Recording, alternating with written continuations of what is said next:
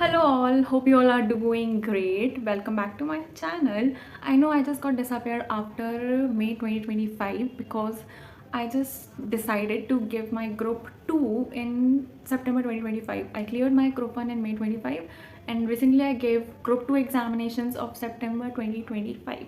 So here I am with the paper review of September 2025 group 2. Let's get started.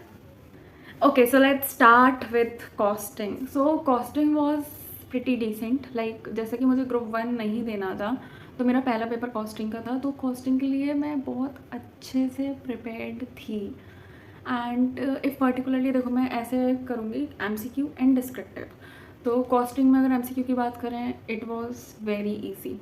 मुझे ऐसा लगा कि like एकदम उन्होंने बेसिक सा क्वेश्चन रख दिया था कॉस्ट शीट का, जो कि लाइक अगर अपन ने कॉस्टिंग की बहुत एक्स्ट्रा ऑर्डिनरी वाले कॉस्ट शीट के क्वेश्चंस भी नहीं करे होंगे तो अभी बस थोड़ा सा उसमें स्टॉक, क्लोजिंग स्टॉक और ओपनिंग स्टॉक की थी वो स्टेटमेंट वाली बात, नहीं तो वो आसान था। और स्टैंडर्ड का एमसीक्यू था डिसेंट, मतलब एमसीक्यू मुझे पढ़े ही ऐसे लगे कि इजी ही थे, उनको मॉडरेट भी नहीं बोलेंगे।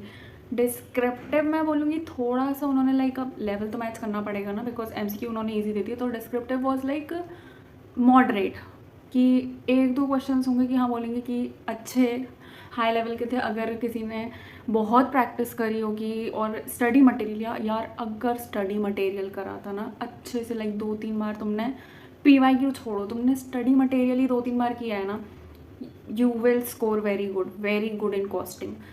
तो costing was pretty easy, decent, और स्टडी मटेरियल वाले इस बार बढ़िया करेंगे अगर तुमने वो 3 घंटे में वो एनजाइटी और प्रेशर की वजह से अपना पेपर अच्छे से प्रेजेंट किया है। तो if I talk about audit, तो ऑडिट का मैं क्या बोलूँ, मेरा पूरा सिलेबस ही कंप्लीट नहीं था, मैंने बिना सिलेबस पूरा कंप्लीट करे आई जस्ट गेव ऑडिट का एक पेपर कि देखते हैं अगर लक में होगा तो हो जाए। मई 25 में मैंने ग्रुप 1 दिया, इन सितंबर 25 में मैं ग्रुप 2 दे रही हूँ, तो इतना अच्छे से कवर नहीं था। मैंने इस बार बहुत ज़्यादा सेलेक्टिव स्टडी करी थी, तो ऑडिट में तो मुझे बहुत डर लग रहा था, लाइक बहुत ज़्यादा।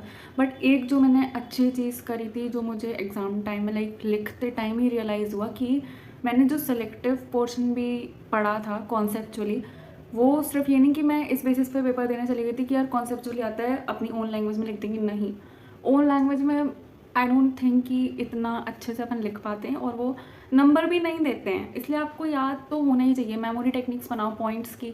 और इस बार लाइक बहुत सारा पेपर में क्वेश्चन ऐसे थे कि जिन बच्चों ने याद किया होगा ना कि पर्टिकुलरली इस वाले क्वेश्चन में क्या पॉइंट्स हैं, वो 4 पॉइंट जो स्टडी मटेरियल में लिखे हैं, उनने जिन्होंने मतलब प्रॉपरली मेमोराइज़ करा है उनका तो बहुत ही अच्छा गया होगा, और जिनका सिलेबस भी पूरा कंप्लीट था वो तो सही गया होगा उनका। बट लाइक मैं अपना एवरेज ही बोलूँगी कॉस्टिंग का पेपर, बिकॉज पहली बात मेरा सिलेबस कंप्लीट नहीं था, और दूसरी बात एक प्लस पॉइंट बस यही है कि मैंने याद किया था, जो मैंने मतलब अराउंड 70-75% सिलेबस कंप्लीट किया, मैंने उसको याद करा था, जिसकी वजह से लकीली मैं लिख पाई पेपर में। जो लाइक जो भी लोग आगे अटैम्प्ट देने वाले हैं वो ये चीज़ कर लेना यार, कि like rather than focusing on completing 100%, it's better to make your 75% more strong.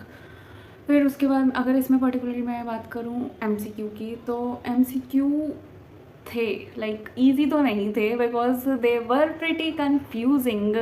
Bar bar like options आपको रीड करने पड़ेंगे। इस बार करेक्ट इनकरेक्ट ज़्यादा पूछे थे, लाइक 4 ऑप्शंस दिए और इनकरेक्ट स्टेटमेंट बताओ, तो कन्फर्मिंग पार्टी लाइक ऐसे 505 में से था, और थे कन्फ्यूजिंग थे। लाइक मैं तो एक बार रीड कर रही थी, मुझे लग रहे थे यार सारे तो सही हैं, फिर दूसरी बार रीड करी तो लग रहा था यार सारे ही गलत हैं।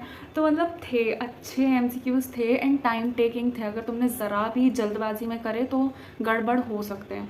और हाँ लाइक अच्छे एमसीक्यू थे, like moderate to high. Okay, now if I talk about FMSM, तो एफएमएसएम के एमसीक्यू मुझे सबसे ज़्यादा गंदे लगे। लाइक पहली बात तो तुमने पेपर इतना लेंदी बनाया है, दूसरी बात कुछ सेंस नहीं था to give that working capital वाला एमसीक्यू इन लाइक 10 मार्क्स, वो case study.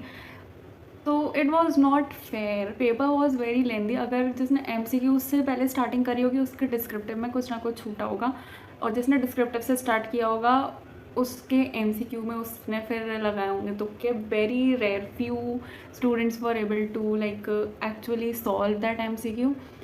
If I talk about it like rating, तो FMSM के MCQ were like difficult, then audit, then costing. Also SM like previous attempts में देखा गया है कि SM के MCQs एकदम स्ट्रेट फॉरवर्ड पूछे गए कि तुम 10 मिनट में पूरे MCQ कर लो. बट इस बार SM के MCQs भी इतने ज़्यादा ऐसे कंफ्यूजिंग थे कि लग रहा था इनमें भी नहीं कर पाएंगे स्कोर, बिकॉज थे कंफ्यूजिंग. जो इजी थी टॉपिक्स हैं उनके ऑप्शंस भी ऐसे दिए हैं कि लग रहा है पता नहीं क्या ही होगा. तो MCQ were very tricky this time FMSM के. If I talk about FMSM का डिस्क्रिप्टिव, तो it was lengthy but difficult नहीं था. I will say moderate. Easy भी नहीं था, लेंदी था. And also you have to make that choice in 15 minutes. जो रीडिंग टाइम होता है उसमें जिसने लाइक सही चॉइस कर ली ना कि मुझे ये अटैम्प्ट करना है, ये छोड़ना है, वो तो अच्छे से कर लेगा हैंडल.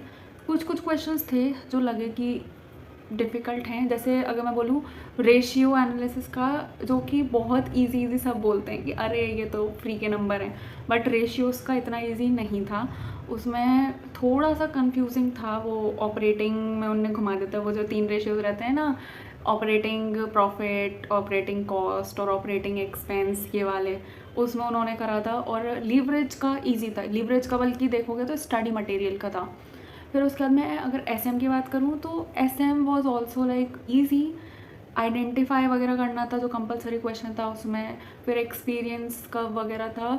SM का सही था. बस जो FMSM में गड़बड़ हुई ना वो because of MCQ. Descriptive was easy but lengthy. So या this is the complete analysis जो मैं कर पाई हूँ. बाकी देखते हैं यार रिज़ल्ट क्या होना है.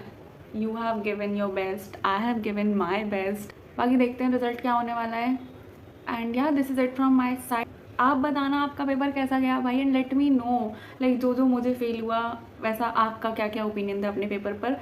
सो या this is it from my side in this video. Thanks for watching. Bye bye.